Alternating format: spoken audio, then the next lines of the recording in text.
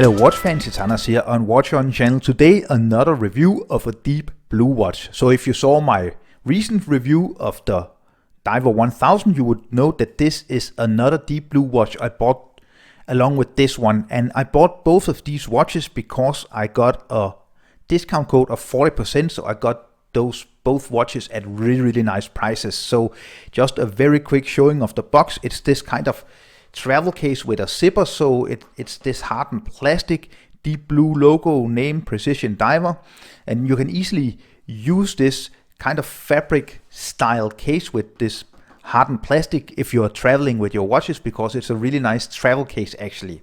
So let's see what's inside. Just a very simple hang tag, and just before we get to the Defender 1000, let's just look what we get. We get a lot of cool stuff. So you get a deep blue key hanger, in blue of course, remove before diving, but you can of course use it as a key hanger.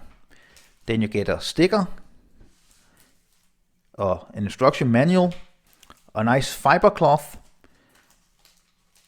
a thermometer and a compass which you can attach to the bracelet or any other place you want to attach these nice little gadgets. Very cool. I'm never going to use it, but it's pretty cool. And then you get a warranty card which is unsigned, although I bought the watches directly from Deep Blue.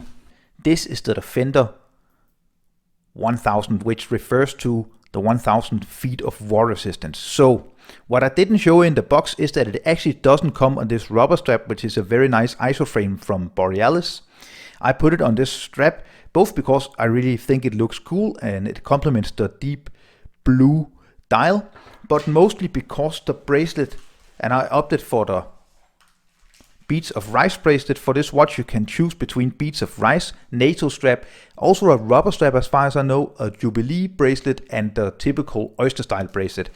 And as you can see, this is in bits and pieces. It's absolutely a horrible nightmare to adjust. So at some point it just fell completely from each other. So I would definitely recommend that you don't get it on the Beads of Rice. As you can see with this Diver 1000, I actually got it on the Jubilee. It was also a nightmare to adjust, but it's much easier than the Beads of Rice. That's absolutely a horrible bracelet. I would never recommend that bracelet. A diameter of 40 millimeters, just a little more than 40 millimeters, thickness of approximately 14.5, lock width of 22, and lock to lock we get approximately 47, 46.5, which are really nice dimensions. So it's kind of a thick watch. So as you can see, we get a kind of typical dive style watch, but with a very kind of smaller dial with these Arabic numerals and the hour markings which are applied, so it's kind of more concentrated. A 120 click unidirectional bezel, absolutely no play. I really like this bezel because it's this nice stainless steel with the hour and minute markings kind of laser etched into the bezel, which I really think gives it a very nice tooly look. I really like the deep blue dial. As you can see, the crown here, which is signed, is quite big. It has nice crown guards, and it's very easy to pull out, and it's very easy to adjust the time.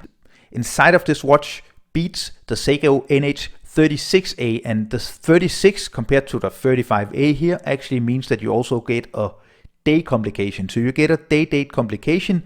It's definitely an okay movement. This one is running pretty accurately.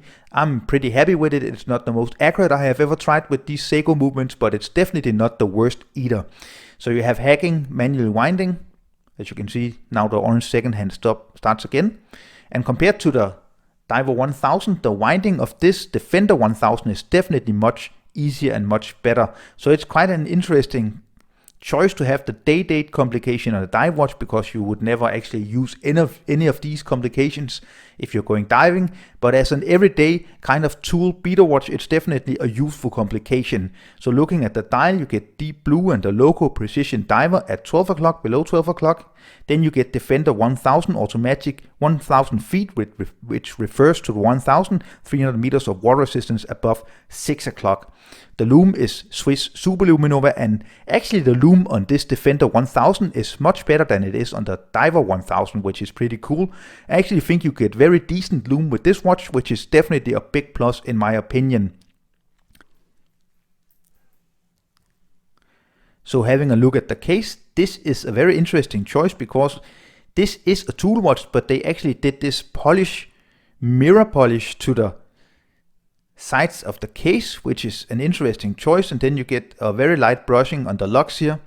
So an interesting choice, but definitely also a choice that just makes this watch stand out a little bit compared to the fact that it's actually a dive watch. And then you get a helium escape valve here at around 10 o'clock, which is also pretty cool. It's not this outside helium escape, it's inside, which is pretty cool as well. Both sides has this very nice sapphire crystal, which is treated with AR, so it's very easy to actually read the time in different lighting situations. And then on the back side you actually also get sapphire crystal. So I paid just approximately $240 for this watch because I got the discount.